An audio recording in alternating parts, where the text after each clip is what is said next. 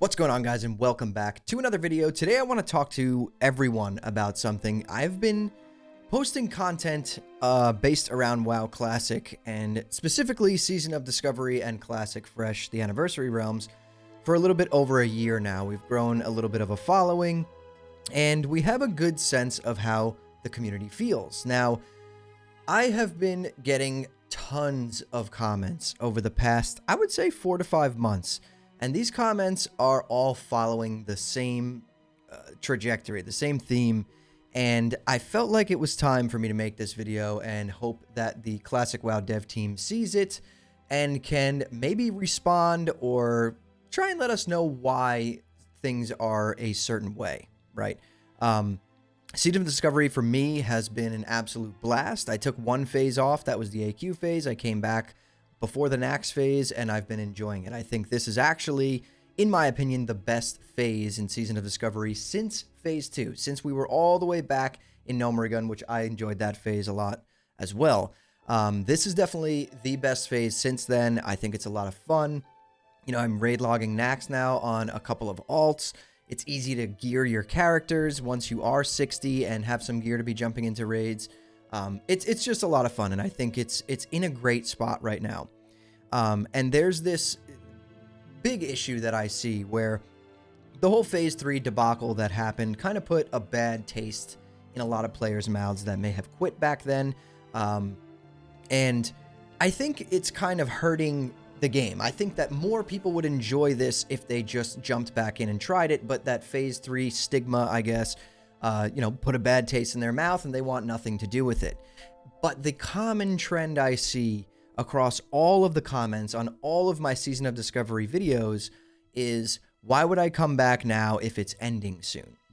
Right? We know we have some data mines of the Scarlet Enclave, possibly the new raid coming after Naxxramas. Maybe it's a new entire phase. Maybe it's just another piece of content. But I think we've kind of hit this point now where, personally, I think that we need a little bit of transparency, a little bit of information on where this thing is going. I know we've been asking, myself, included, I've been asking since my first interview with the developers over half a year ago, what happens to our Season of Discovery characters after Season of Discovery ends?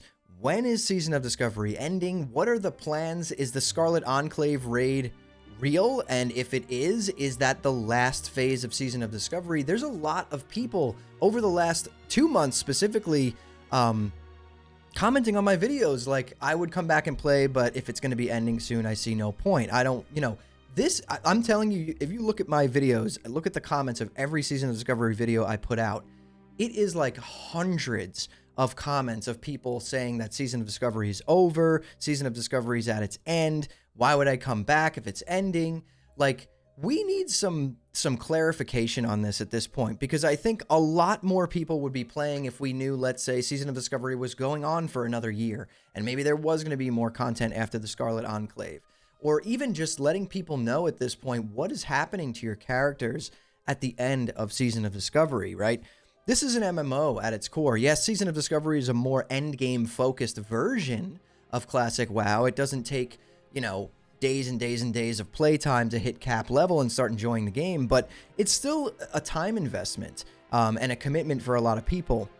And I think that not knowing the future of this, not knowing where our characters are going, not knowing when it's going to end, all of that stuff is really keeping Season of Discovery down in that Phase 3 slump at this point in time. It's come back a little bit. It's definitely grown since Phase 3, but we can't seem to get even close to those Phase 2 numbers. And from my personal, perspective on this, a lot of it is because of the uncertainty. It's a seasonal server, which deters a lot of people right off the bat. It's a seasonal server that's been around for a while now that could be near its end, or it could have another entire year worth of content. We have no idea. And if it is ending, we don't even know what's happening to these characters that you're pouring hundreds of hours into. So I think at this point, this video I wanted to serve as kind of a message. I know sometimes the Classic Dev team does see my content, and if you guys are watching, I think it really, and I'm speaking, I guess, on behalf of the community or my community as a whole here. I think we really need some transparency, and we really need some information on where this thing is headed, what's happening to our characters. You know, we've just been told they're going to be in a cool place. Does that mean a Season of Discovery era realm?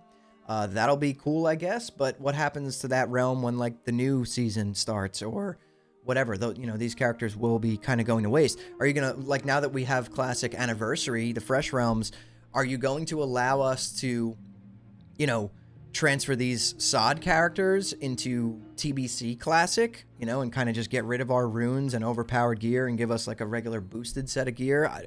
I don't know. And if I had this information along with a lot of other people, it would be so much easier to invest more time into this, maybe level more characters, prepare for other things. It's kind of the same situation as when the Fresh Realms launched, in my opinion. I was all gung-ho to level a bunch of hardcore characters and pretty much this entire year make it an entire hardcore journey. Until I realized that we can not transfer from Doomhowl, the hardcore Fresh Realm, to Nightslayer, the PvP Fresh Realm. Most players that I play with, and me personally, I play on PvP realms. So why would I now spend my entire year leveling a bunch of hardcore characters and then transferring them to the PvE realm for them to sit there and rot and die and go nowhere? I will never play them again, right? I thought that was a weird choice. Like, why not just let people have fun? Why not let you level in hardcore, and then if you want to use that character in TBC and play on the PvP server, let it go there? Like, why are those restrictions in place?